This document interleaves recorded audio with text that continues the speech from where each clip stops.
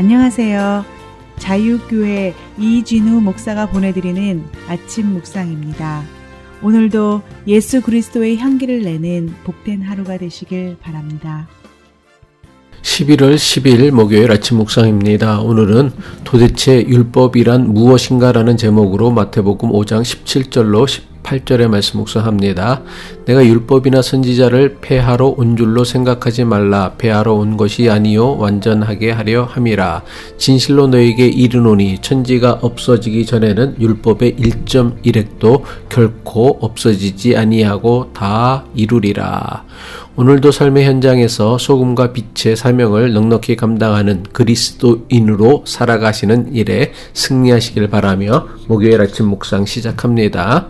어제 이어 계속해서 묵상하는 마태복음 5장 17절 이하의 말씀은 성경 해석에 대한 매우 중요한 가르침을 주는 말씀입니다.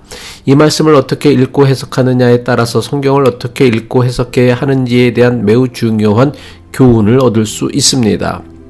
예수님은 공생애 동안 여러 차례 율법의 규정을 어기시는 행동과 말씀을 하셨습니다. 율법에 반하는 예수님의 행동과 말씀 때문에 예수님을 따르던 제자들은 예수님께서 율법을 없앨 것으로 기대하고 생각했습니다.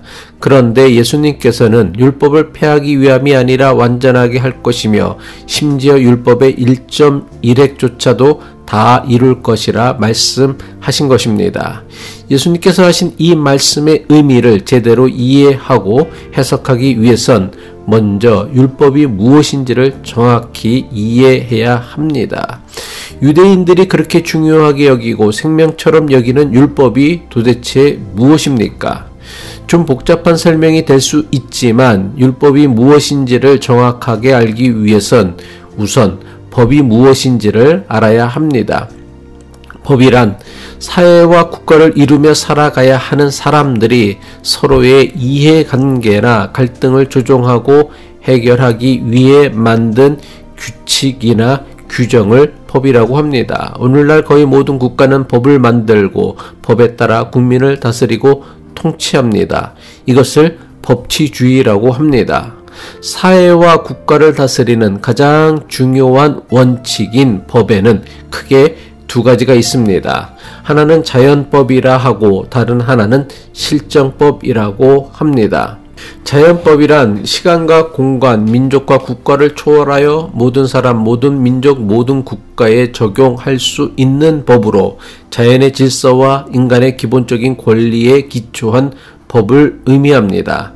신학에서는 자연법을 하나님의 법 또는 창조 질서의 법이라고도 합니다. 자연법은 문자로 기록된 법이 아니라 인간의 양심에 기초한 법이라 할 수 있습니다.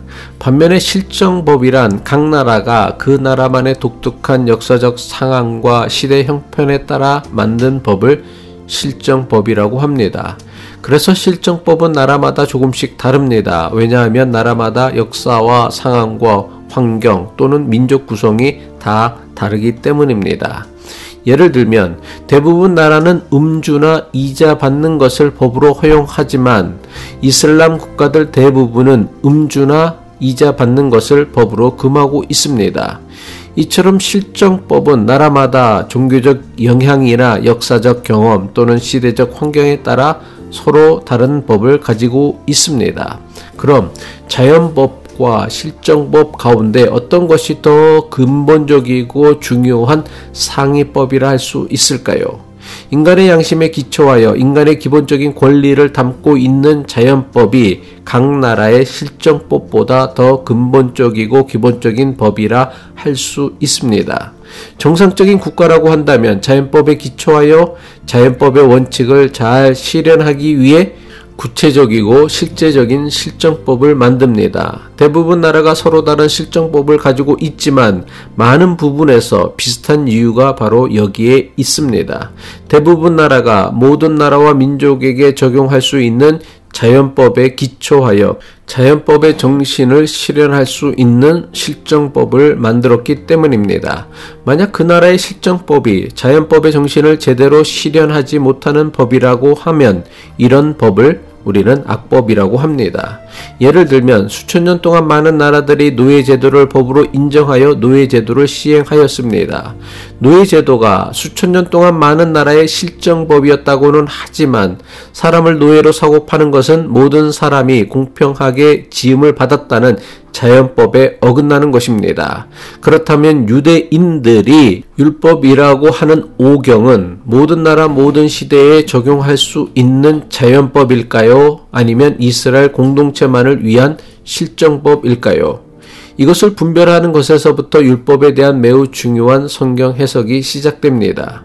율법에 대한 잘못된 해석과 적용을 하는 대부분의 경우는 율법을 이스라엘 백성들을 위한 실정법이 아니라 모든 나라 모든 시대에 적용해야 하는 자연법이라고 여기기 때문에 생겨나는 것입니다. 율법이 비록 성경에 기록된 말씀이라고는 하지만 율법을 모든 국가와 모든 시대를 초월하여 적용할 수 있는 자연법이라고는 할 수 없습니다. 물론 율법에는 하나님의 뜻과 섭리가 담겨 있습니다. 하지만 문자로 기록된 율법의 규정과 규칙은 시대와 상황의 변화에 제한될 수밖에 없는 실정법에 불과합니다. 시대와 상황의 제한을 받는 율법의 규정과 규칙을 시대와 상황을 무시하고 무조건 적용하려고 하는 것은 오히려 율법에 담긴 하나님의 뜻을 심각하게 왜곡하는 일이 되고 맙니다. 기도하겠습니다.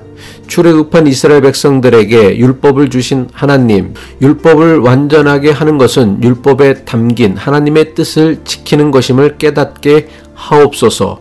마찬가지로 복음을 온전하게 하는 것은 문자라는 그릇에 담긴 예수님의 사랑과 은혜, 그리고 새로운 생명으로 인도하는 구원임을 깨닫게 하옵소서. 예수 그리스도의 이름으로 기도합니다.